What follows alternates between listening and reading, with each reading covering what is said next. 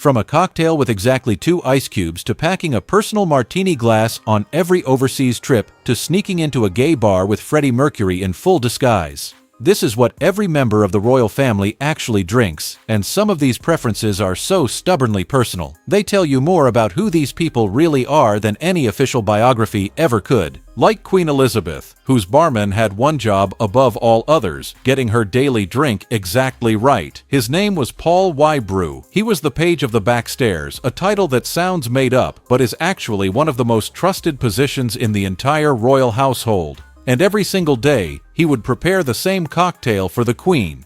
2 parts Dubet, 1 part Gordon's gin, a thin lemon slice, and exactly 2 ice cubes. Not 3, not 1, 2. It was a habit she inherited from her mother, the Queen Mother, who drank the exact same cocktail daily and lived to 101, so clearly it wasn't doing her any harm. But the Dubet wasn't her only drink. In the evening, she'd have a dry gin martini. At dinner, a glass of sweet German wine, and just before bed, a glass of champagne. Her champagne of choice was always Roger Brut Reserve, which held a royal warrant. It was the only champagne served at official royal functions for decades. Now, you might have heard the rumor that the Queen drank 4 cocktails a day.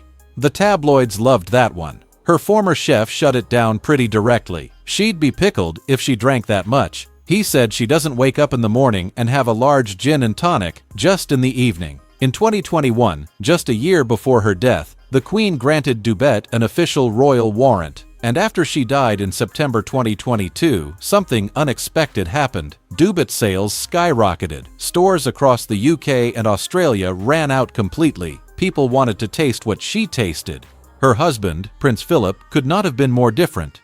He wasn't interested in cocktails or champagne or carefully measured ingredients. He just wanted a beer. Even at formal palace banquets where every other guest was sipping wine from crystal glasses, Philip would have a beer in front of him.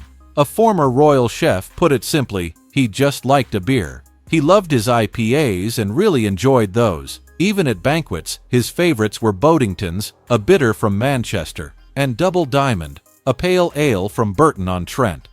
When Double Diamond stopped being produced in the 1990s, a small brewery in Burton created a tribute called Dual Diamond.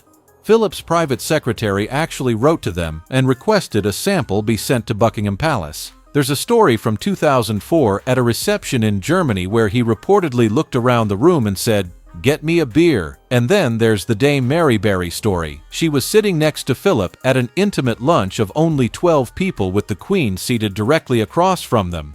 Every time the Queen was looking the other way, she noticed his beer was filled up. The staff had been trained to refill his glass the moment the Queen's back was turned. He also kept a bottle of famous grouse whiskey on hand in every palace and even on the royal train, just in case. But while Philip never turned down a drink, one royal barely touched alcohol at all, and her one famous night out with a glass in her hand involved a disguise, a gay bar, and one of the biggest rock stars who ever lived. Princess Diana was never much of a drinker. While the rest of the royals were pouring gin and champagne, her daily go-to was freshly juiced fruits and vegetables. Carrots, celery, parsley, and spinach blended every morning at Kensington Palace. She got into juicing in the 1990s, years before it became the health trend it is today. Her coffee was black, and her tea of choice was rose pouchon, a black tea scented with rose petals. On the rare occasion she did drink, it was usually a glass of Chardonnay. A specific French white Burgundy was the wine served most often at Kensington Palace. But there's one night that stands out above everything else. In the late 1980s, Diana put on an army jacket, tucked her hair under a leather hat, and passed herself off as, and this is a direct quote, a rather eccentrically dressed gay male model. She was taken to a gay bar in South London with Freddie Mercury. No one recognized her. Not a single person. She walked up to the bar, ordered herself a Bellini, that's Prosecco mixed with peach puree, and bought her own drinks the entire night. Afterward, she and Freddie were apparently giggling at having pulled the whole thing off. It wasn't her regular drink, but it might be the most famous drink any royal has ever ordered. The son, who inherited Diana's rebellious streak, took the drinking in a very different direction. Prince Harry's club years were fueled by Kiroc, an ultra-premium vodka made from grapes instead of grain. He'd often mix it with Red Bull at one of London's most exclusive nightclubs, but then Harry grew up and the drinks matured with him. When he married Meghan Markle in May 2018, George Clooney didn't just attend the reception, he jumped behind the bar and started personally mixing drinks for the guests. The tequila of choice that night was Casamigos, the brand Clooney co-founded. Harry's love of tequila showed up again in January 2023 when he went on The Late Show to promote his memoir Spare. He and Stephen Colbert did tequila shots on live television, and in the book itself, Harry described an evening at a friend's house in Los Angeles where he ate mushroom chocolates and washed them down with tequila. But underneath all of that, he's also a beer drinker at heart. He's been spotted ordering pints at a pub in Berkshire, which is about as classic British as it gets, a far cry from Ciroc and Red Bull in a VIP booth. Meghan, on the other hand, has always been more deliberate about what she drinks. Her wine of choice is Tignanello, a super Tuscan red that's been produced since 1971. She loved it so much that she named her lifestyle blog after it. The TIG ran from 2014 to 2017 and became one of the most popular celebrity blogs on the internet. In an interview before her engagement, she laid out her preferences with the kind of specificity most people reserve for a restaurant order. If it's cocktails, I love a spicy tequila cocktail, a Negroni, or a good scotch. Neat. For her, the ideal evening ended with a classic Negroni after a leisurely dinner of seafood and pasta. She even created her own cocktail called the TIG Cup. A summer punch made with gin, maraschino cherry liquor, tonic water, and soda water topped with spices and chopped fruit. During the holidays, she'd switch to a spiced cocktail with almond milk, cinnamon, cardamom, ginger, cloves, dates, and bourbon.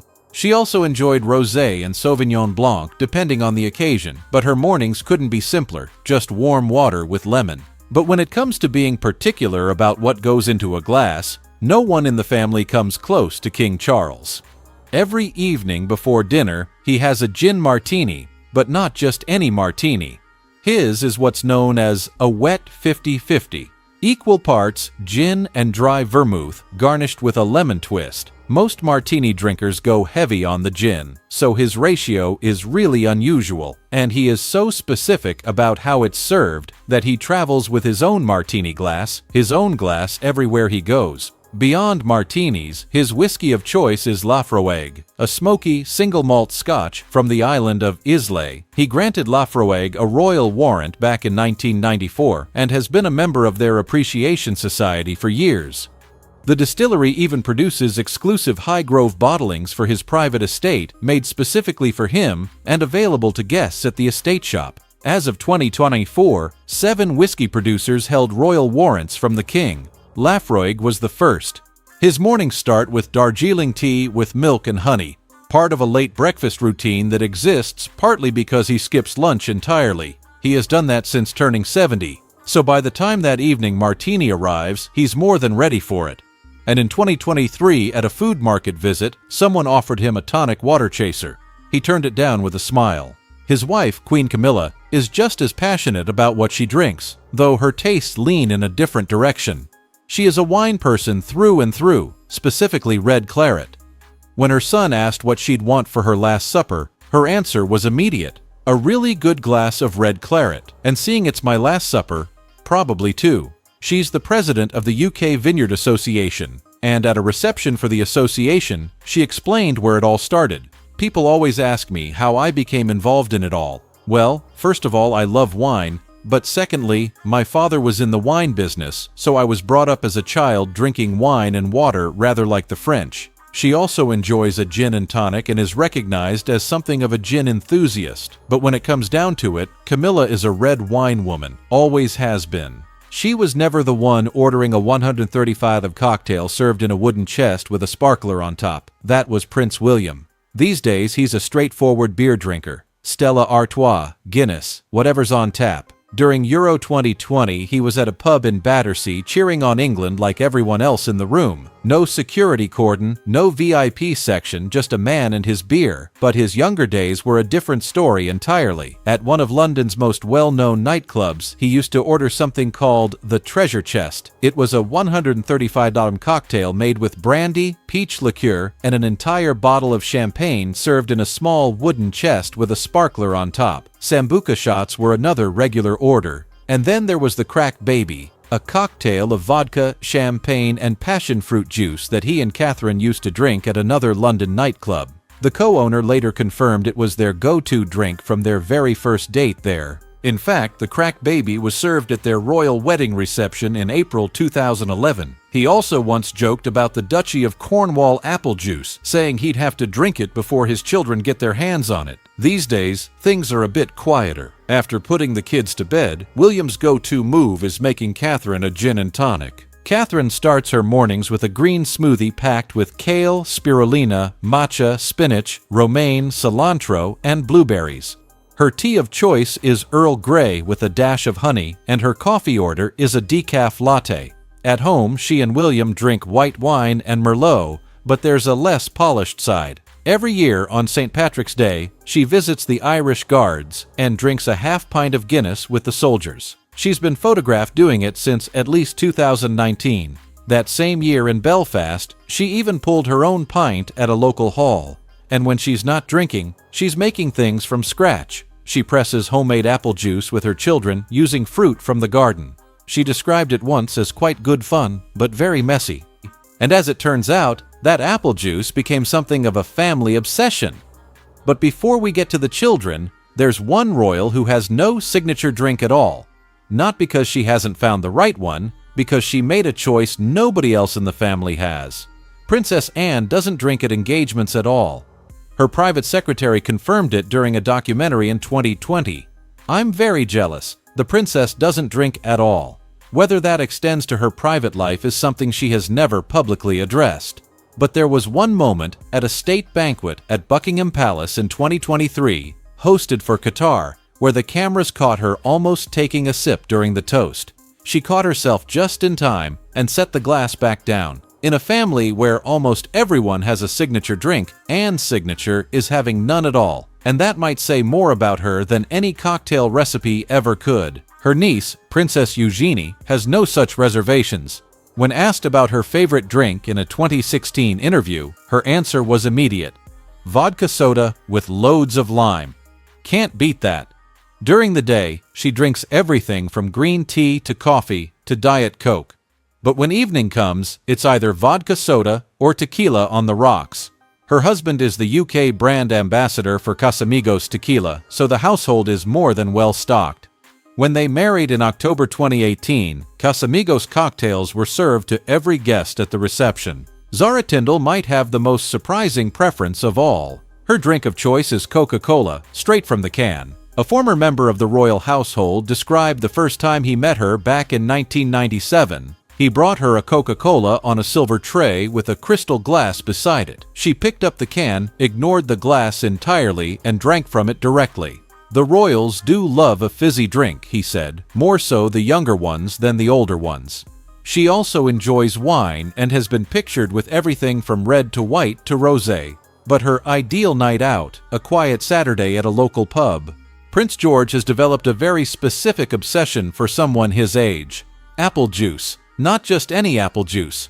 He is apparently wild about the homemade kind made by a close family friend. When Catherine visited their home, the friend sent her away with a full crate of fresh apple juice. Catherine later wrote a thank you letter saying George was already asking for more. It runs in the family. Princess Charlotte loves apple juice too. She and George are both big fans of the Duchy of Cornwall bottles, and she's right there beside him whenever Catherine presses it fresh at home. Beyond that, not much is publicly known about what Charlotte prefers to drink. She's still young, and William and Catherine have been careful about keeping those kinds of everyday details out of the spotlight. The same goes for Prince Louis, the youngest of the three. He's right there with George and Charlotte when it comes to apple juice. But at his age, that's about all anyone is going to know about what he drinks. If the Cambridge children are anything like the rest of this family, though, give it a few years, there will be plenty of time for cocktails, beer, and very strong opinions about exactly how many ice cubes belong in a glass.